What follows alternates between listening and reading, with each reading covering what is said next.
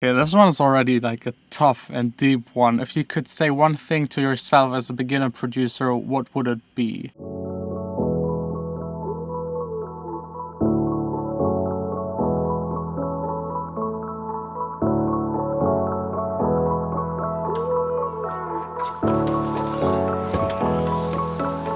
You can definitely tell that I was busy last Friday where I was preparing for my DJ set. It's a little messy, but that's alright. I will also do a review for the Arturia Keylab, Keylab Essential 49. So many of you asked for a review. I'm still not sure if I will do a giveaway. It really depends if I like it, and I will integrate it in my workflow and just keep it. If I don't need it, I will of course do a giveaway for you guys. So the basic plan for today is business stuff, label business stuff, more business stuff, catching up with all of the things that I couldn't take care of on the weekend. And whenever this is the case, and that's usually most of the times the case on Mondays, I'm just doing another edition of Q&A.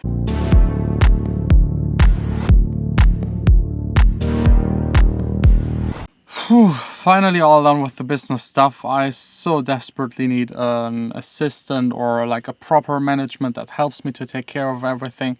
I'm losing so much time that I could spend creating new tracks, new music, which is way more fun for me and would probably also mean for everyone involved more money, but that's another story. Let's get to the questions I asked you on Instagram stories and Snapchat stories. Let's jump right into the questions. And I think from now on, I will always do it like this on Snapchat and Instagram, so I can get immediate questions whenever there is a need for a Q&A. Okay, this one is already like a tough and deep one. If you could say one thing to yourself as a beginner producer, what would it be? Probably that it's way more difficult than I ever imagined as a young producer. I just thought I will learn producing music in a couple of weeks or months. It took me years. Then I thought it will be easy to get in contact with the right people and release my tracks. Also, this is a big mess getting my money from the labels and everything you just saw in the past vlogs.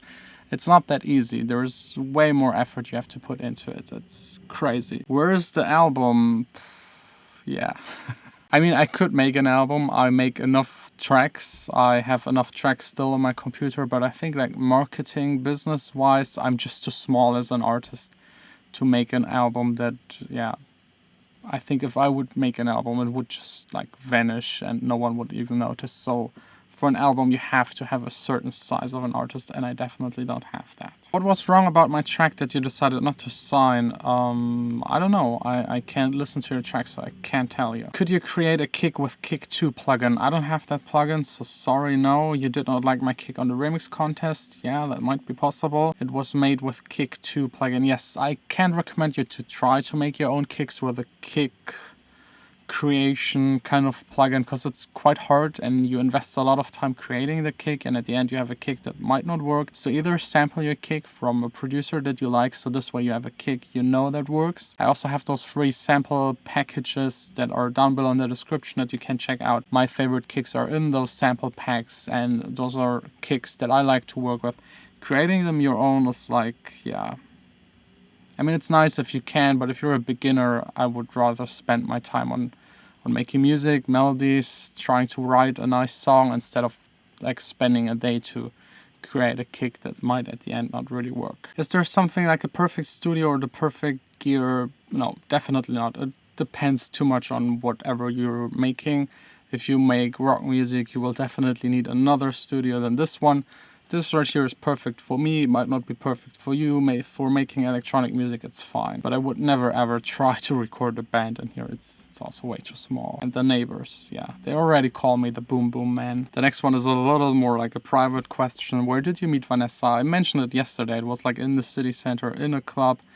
I think I already told it in a vlog. I will just link it up here. I think I made already an entire video just about how we met. It's like my version of how I met your mother. The next one is, if I already have distributed my tracks using CD Baby, TuneCore on Spotify, Amazon Music, can I approach labels too after that? Will be a lot harder, because labels want to be the first ones releasing it, and they want to get the money if they promote you. So if it's already out there, it's already old, and they can see how many plays you have, and if that's not good, it will turn them probably off. But if you distributed it yourself and it's a huge hit, then other labels will probably approach you and ask to license it. That's at least what happened with my All About track. It's not a huge hit, but it made like, I think like 1.7 million plays now on Spotify. So Armada Music licensed it for one of their sampler compilation kind of things. Hardest thing being a musician, yeah, not giving up, business stuff, balancing life and work, making a living of it.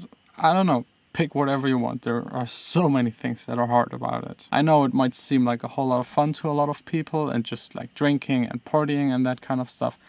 But that's not usually the reality, especially not nowadays. It's like a really tough business. What do you think about the UAD plugins and idea behind the whole core idea in general? I'm not a big fan, to be honest. I don't have anything like those core things. If you don't know, they're like external processors, and those UAD plugins, they run on those processors, so not on your main computer. Back in the days, it was kind of really handy to have that because computers didn't have the power to handle it. But nowadays, I don't know. The plugins that they make, they're amazing, but I think you don't need like the core thing to run those. I mean, my computer is getting slow, but that's just because it's old. It's like almost 4 years old. Is there any DJ producer whose success you're jealous of? Yes, of course. Everyone that is just a tiny bit more successful than me, I'm kind of jealous. Why not? Jealousy is something good if you channel it. I have a couple of people here on this channel that are, I think they're jealous and they just write mean stuff, but I don't really care. It's like you need to be jealous in a positive way. Like I'm happy for those people that they have this kind of success, and it's just my task to work as hard as possible to also be as successful as they are or getting closer to them. What do you think about Monster Cat? I think, yeah, Monster Cat is this Canadian super big YouTube channel label. It's good stuff. I mean, it's quality stuff. It's not my kind of music. Does DJing get you laid? Does it get you laid? Yeah. I mean, if you, yeah.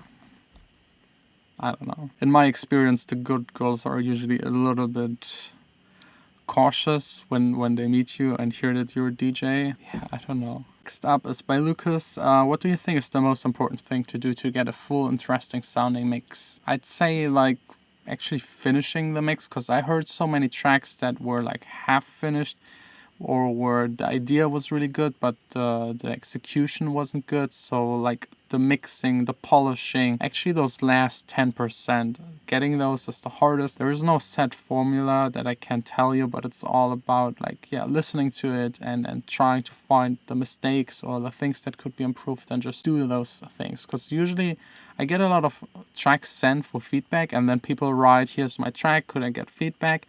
And then it's, but I still didn't take care of pitching the vocals, I still didn't arrange it, can you give me feedback? And then I honestly don't know why they want feedback, because they're already writing down below the things that I actually need to take care of first. And if you just do whatever pops up in your mind about your own track and eliminate all of those things, you will have that full, interesting sounding and finished track at the end. I just have the feeling a lot of people are just kind of lazy, or they are finished with the track in their head, but they actually don't really finish it.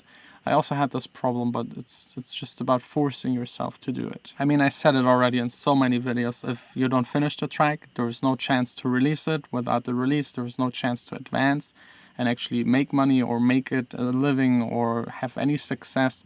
You need to finish the tracks. That's so key. Who do you see yourself working with as vocalist in your future tracks? Do you see yourself collaborating with top singers such as Ellie Goulding, Emma? I would love to, but there is no way. I'm way too small as an artist. So I just get singer and songwriters that are like session musicians. They come, sing and go. They come, write and go. I would love to work with someone that actually also has maybe a little bit of a following, so having like a more like a real collaboration and having someone that also wants to have his feature on my track. Right now people just do it as a job. They get paid percentages or paid upfront, and I would actually love to work with someone that really works with me together, you know? But let me know, maybe someone of you has like a realistic person that could sing on my next track that I could approach. Would be actually really helpful. If you have any idea, let me know. Are you satisfied with the Beyerdynamic 770 Pro? Those are my headphones. They're unfortunately not here. They're usually at home. Yes, really satisfied. I have them already for 5 years or so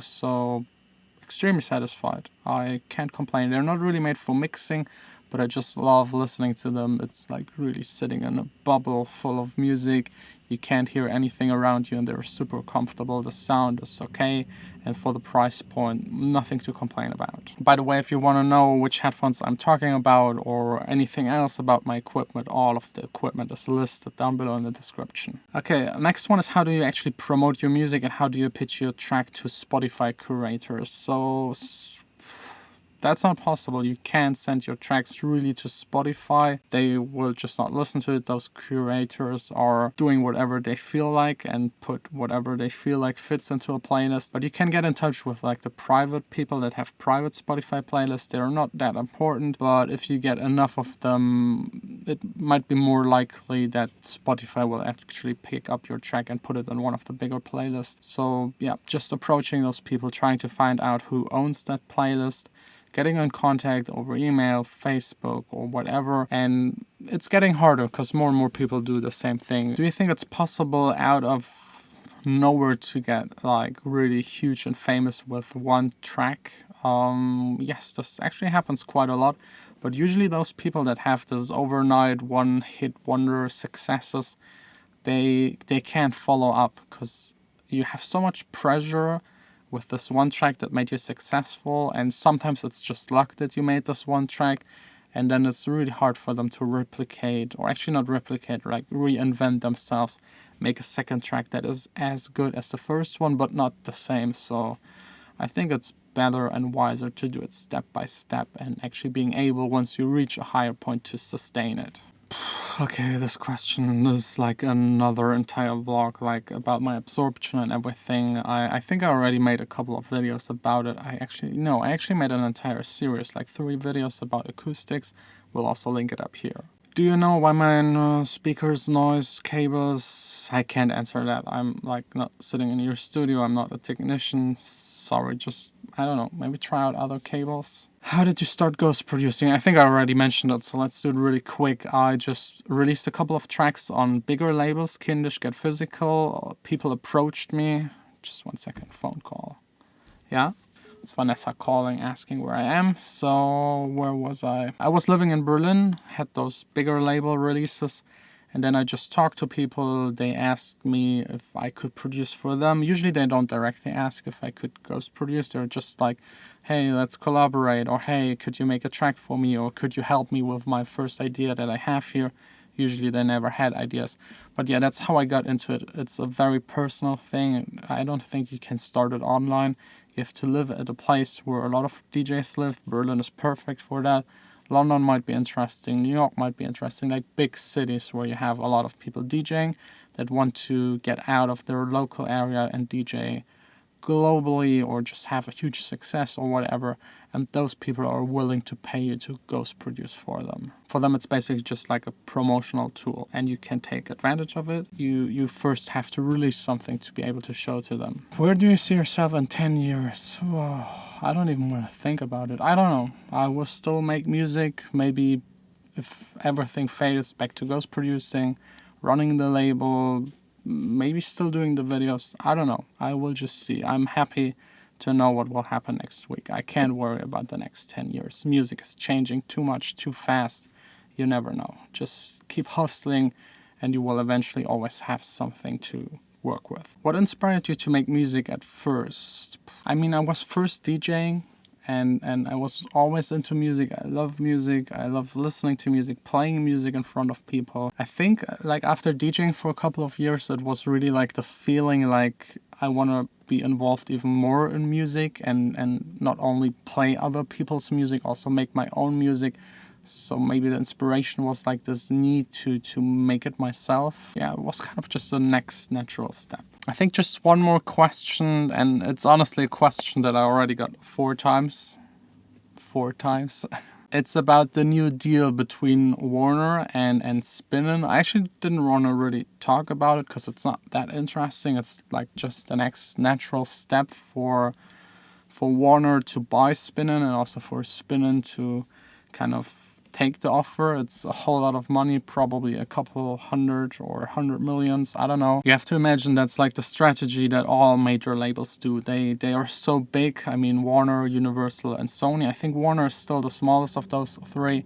They have like maybe 10-15% of the entire music market, and Sony and Universal have even way more. So I'd say like 95% of the music market is controlled by those three. And I have so much money, so much influence, so much power. So whenever a label gets big, and spinning is super huge, and it's super interesting because it's like on the forefront of electronic music, has the biggest artists. They also have huge sub-labels by artists. I don't think much will change. Spinning is already very commercial, and I don't see any potential for Warner to make it even more commercial. It's just like, I think, like a business decision to buy Spinnin'. A good thing that I see about it is that this is like a good sign for electronic music. If one of the majors gets so heavily invested into electronic music, they probably see it as the market of the future.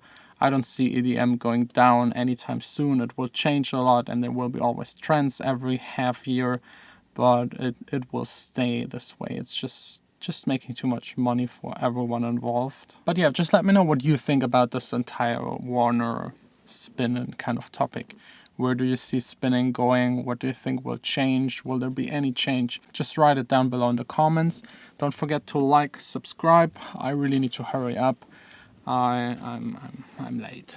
They're actually extremely late. So yeah, see you tomorrow again. I think tomorrow back to making music, doing like more like a tutorial kind of, or showing you how I make my music.